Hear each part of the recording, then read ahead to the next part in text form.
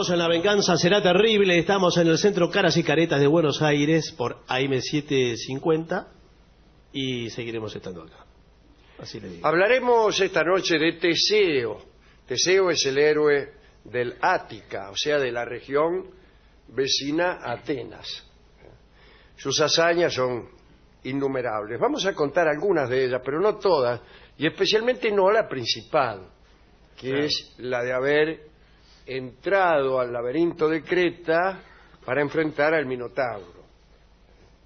Entró a aquel laberinto en el que todos se perdían, con un hilo que una chica llamada Ariadna le dio como recurso para no perderse. Iba desenrollando el hilo y después, cuando quería volver, agarraba por donde estaba el hilo, ¿me entiendes? Sí, sí, sí. Bueno, pero eso era lo que no íbamos a contar. Claro, la está contando. Así que no me haga perder el tiempo.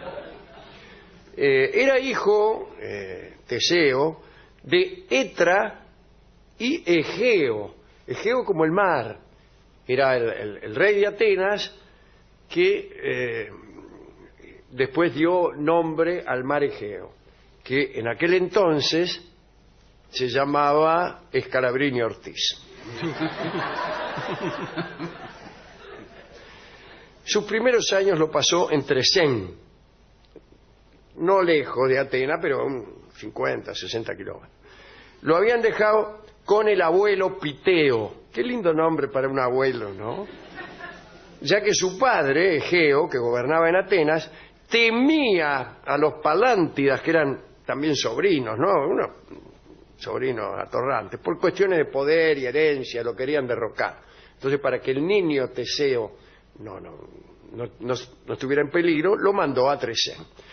Cuando Egeo dejó a su hijo en Tresén y partió hacia Atenas, le dijo a la madre, lo dejó con la madre, y dice: mirá, acá atrás de una gran roca he dejado una espada y unas sandalias, son para Teseo. Dice, el muchacho, llegada a la edad suficiente para mover esta roca por sí solo, deberá calzarse las sandalias y tomar la espada que hay debajo de la roca para recorrer el camino entre Tresén. Entre Tresén es difícil, ¿no? Sí. Y Atenas, y evitar así que los Palántidas actúen contra su padre, que vengo a ser yo. Eso es lo que dijo Egeo. Y se fue. Y la mujer le habrá dicho: ¿pero qué? ¿No pensás volver en muchos años? Y él habrá dicho: no. Bueno.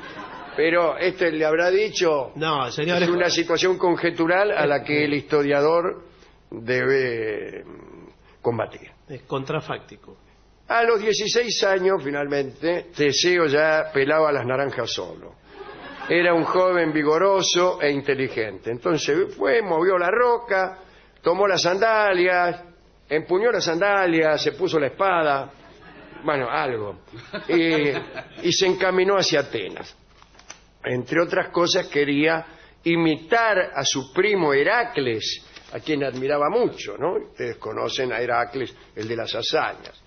Teseo era medio testarudo, ¿no? A pesar de los ruegos de su mamá, no fue a Atenas por mar. La madre dice: ay, anda por mar. Y él dice, insistió en tomar la ruta terrestre a Atenas, que corría a lo largo del istmo de Corinto. Y allí estaba lleno de malandras. Y él dice: a mí me gusta enfrentar a los malandras. Y se fue. Y este fragmento de la historia es extraordinario. El istmo estaba plagado de bandidos y de monstruos, y Teseo no tuvo miedo y decidió enfrentarlos. Primera parada, digamos, allá en Epidauro, lo atacó Perifetes. Perifetes el Rengo. No está mal el Rengo Perifetes. No. Es un personaje de tango, evidentemente. Parece que el Rengo poseía una gran maza, con Z, de bronce, con la que solía matar a los caminantes directamente. Para ahí vos pasabas, pum, te mataba. Bueno, Teseo pasó, le arrancó la maza de las manos y lo mató con ella. Y en adelante llevó a todas partes con orgullo la maza de Perifetes. Iba a un baile y se sabe lo que llevo acá, la maza de Perifetes. Siguió adelante y en el lugar más estrecho del istmo vivía Sinis, apodado Pitiocantos, o el doblador de pinos, era un tipo que cuando vos pasabas, doblaba 2 pinos, tenía mucha fuerza. Cuando pasaba entre 2 pinos, porque si no... Doblaba 2 pinos con unas sogas que tenían, los doblaba, inclinaba la cúspide de los pinos y al que pasaba lo ataba a los 2 pinos y después los largaba a los pinos. Señor. Los pinos se enderezaban y era como la manzana de Sofocles. Claro. Bueno, cuando llegó Teseo allí, bueno, en realidad de este encuentro Teseo salió con un hijo, porque la hija de Sinis, Perígune, se enamoró del héroe a primera vista y entre los pinos concibieron a Melanipo. Así que, en cuanto al doblador de pinos, Teseo le hizo probar su propia medicina. Lo ató a él, soltó los pinos y allá fue. Siguiendo el camino de la costa, Teseo llegó a unos riscos en donde vivía el bandido Escirón.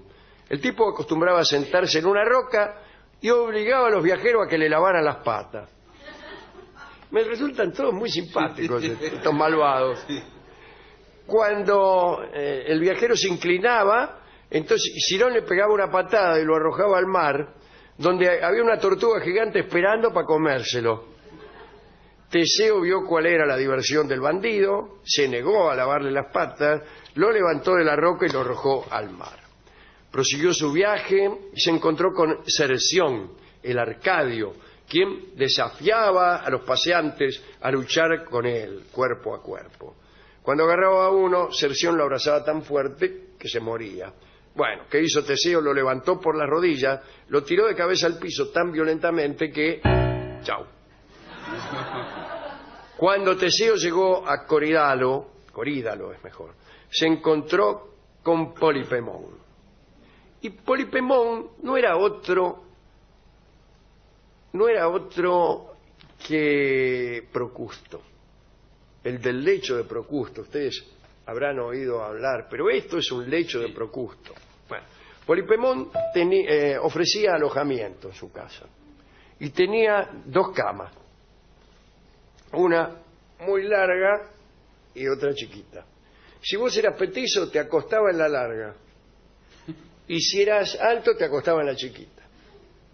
Después, en el medio de la noche, si vos estabas en la cama larga, el tipo te estiraba hasta que alcanzabas la longitud de la cama larga, es decir, te mataba. Y si estabas en la chiquita, te serruchaba lo que te sobraba. A eso se le llama lecho de Procusto. Claro. Cuando uno va a un lugar que no se le acomoda. Si esto es un verdadero lecho de Procusto. O solucionar un problema de incompatibilidad con métodos drásticos, como por ejemplo serrucharlo a uno, también es un método de Procusto. Una vez más, Teseo mató al bandido de la misma forma en que él actuaba, ¿no? Hay no sabemos si este Polipemón o Procusto era petizo o alto, eso no quedó consignado.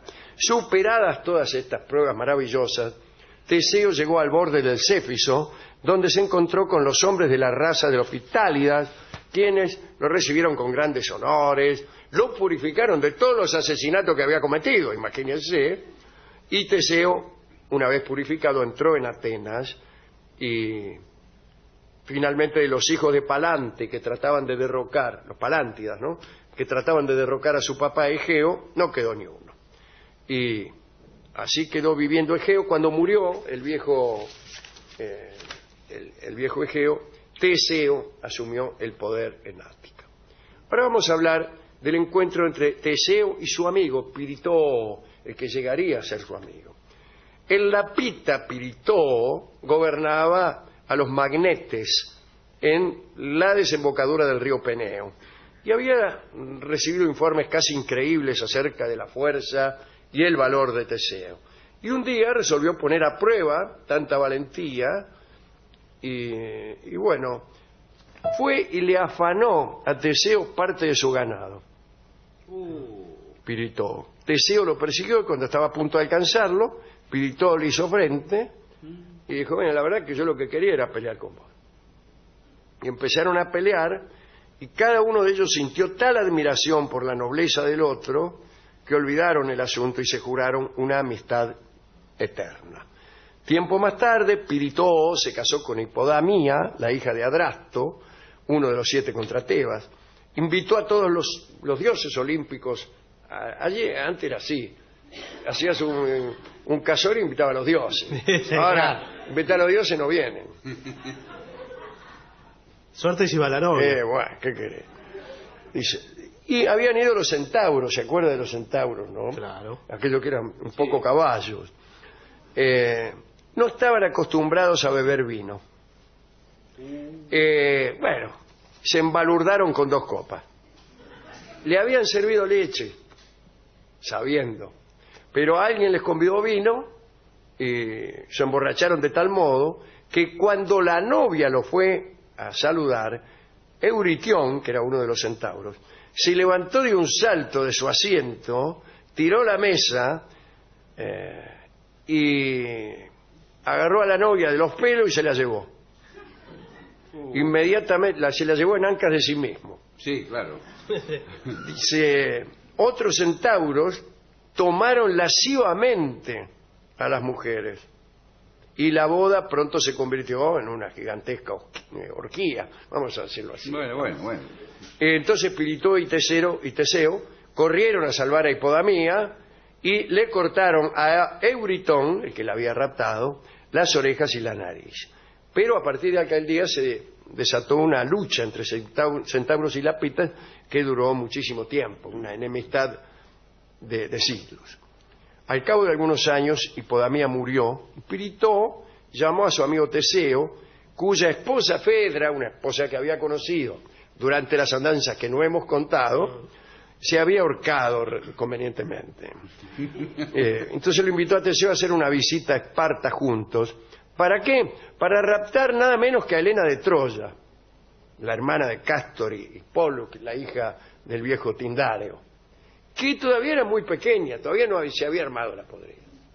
Era una niña, tenía 12 años, pero dijeron, vamos a raptarla, el día de mañana nos casamos con ella. Y juraron ayudarse mutuamente para conseguirla y luego pensaron en sortearla. Dice, este es el paraíso del feminismo, evidentemente. Y para el perdedor iban a buscar a otra. Dijeron, el que pierde, el otro, el ganador, lo ayuda a buscar otra. Enfilaron hacia la ceremonia y con la ceremonia era un lugar, no la ceremonia. No. Y con un gran ejército se apoderaron de Helena, que entonces no era de Troya. No, Helena, la hija del viejo Tindáreo. Y rajaron y echaron suertes por Helena. Ganó Teseo. Pero Helena era pequeña, por tal motivo Teseo se le dejó a la madre, a Etra, ¿se acuerda de Etra? Para que la cuidara. Dice, cuídemela, madre. Pasaron algunos años. Cuando Helena tuvo la edad suficiente para que Teseo se casara con ella, Piritoo le recordó el viejo pacto. Dice, ahora me tenés que ayudar a conseguir novia a mí. Era gente que se tomaba tiempo para todo. Pero consultaron al oráculo a ver qué novia le convenía. ¿Y qué dijo? Imagínense que nosotros para conseguir novia consultáramos al oráculo. Bien. Y el oráculo le indicó una que ya hemos nombrado acá hace poco, que es nada menos que Perséfone. Ahora, Perséfone ya se había casado con Hades, el príncipe del infierno. Cuidado. O sea, una mujer casada ya es malo. Sí. Que esté casada con el diablo. Sí. Bueno, pero a estos tipos no le importaba nada. Teseo, que era el que tenía que ayudar, como él no iba a nada en eso, dijo, che, qué sé yo. Pero después, al final, dijo, más, sí, voy. Descendieron al infierno, al Tártaro. Bueno, eludieron el paso a través del Lete, el río del olvido, ¿no? Y eligieron el camino trasero, en la entrada que está en una caverna del Ténaro Laconio y en la parte el patio de atrás del infierno, más fácil por ahí. Al poco tiempo vieron con las puertas del palacio de Hades Hades los invitó, pero como ya se la veía venir, los invitó a sentarse. Y los héroes lo hicieron, pero lo hicieron en la llamada silla del olvido, de la que hemos hablado aquí. Y el que se sienta allí no se puede levantar más, porque la silla se convierte en parte de vos mismo. Y no podían levantarse. Había unas serpientes, además, que les silbaban alrededor. Cada tanto venía el perro cerbero y les daba unos tarascones. Así estuvieron 4 años, hasta que llegó Heracles para salvarlos. Heracles tomó a Teseo con fuerza gigantesca y al final lo liberó de su asiento, pero un buen pedazo de carne se quedó pegado a la silla, y dicen que por eso los habitantes de Atenas suelen tener los glúteos pequeños. Dicen dando a entender que a veces una mala interpretación de la ley de Darwin puede hacerse incluso antes de descubrirse. Claro, sí. Bien, después Heracles tomó a Piritoo, pero la tierra tembló. Y entonces Heracles dijo, más sí, no lo salvó nada, y lo dejó. Después de todo, Piritoo había sido el inspirador de aquella empresa, y ahora lo dejó. Y ahí debe estar todavía sentado. ¿Qué va a hacer? Cuando Teseo volvió a Atenas, luego de su estadía en el infierno, la situación era crítica. Él era rey tan solo de nombre, encontró una ciudad corrompida por las facciones, la sedición, y ya no pudo mantener el orden. Estaba cansado después de tantas aventuras. Entonces hizo salir a sus hijos escondidas de la ciudad, maldijo a los atenienses desde el monte Gargeto, que es un lugar muy a propósito para maldecir, Sí. y se embarcó para Creta, donde lo esperaba su amigo Deucalión. Una tempestad, otra vez la palabra tempestad, Sí, ayer también. desvió la nave de su curso y desembarcaron en la isla de Siros.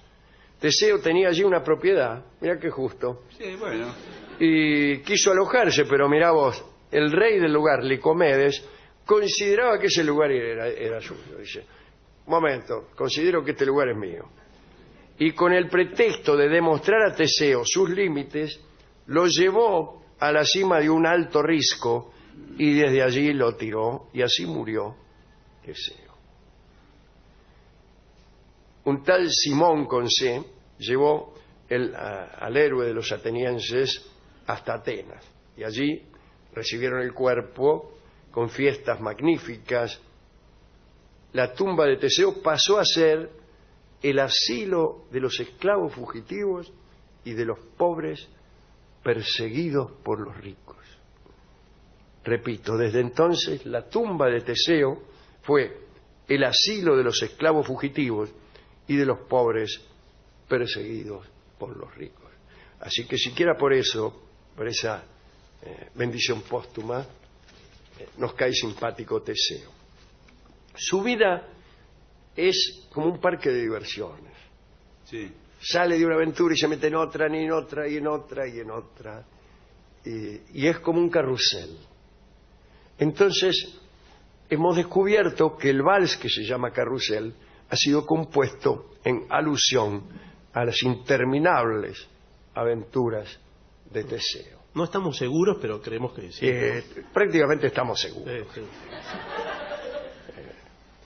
Y vamos a escucharlo ahora en una versión que he cantado yo mismo, lamento decirlo, Por favor. pero el acompañamiento es muy bueno porque son arreglos muy inteligentes hechos por Fernando Marzán con Dimitri Rodnoy, Sí.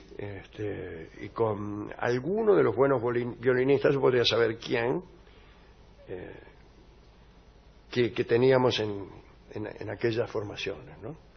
Así que vamos a escuchar este vals, que es muy lindo, el vals es muy lindo, se llama Carrusel. Adelante.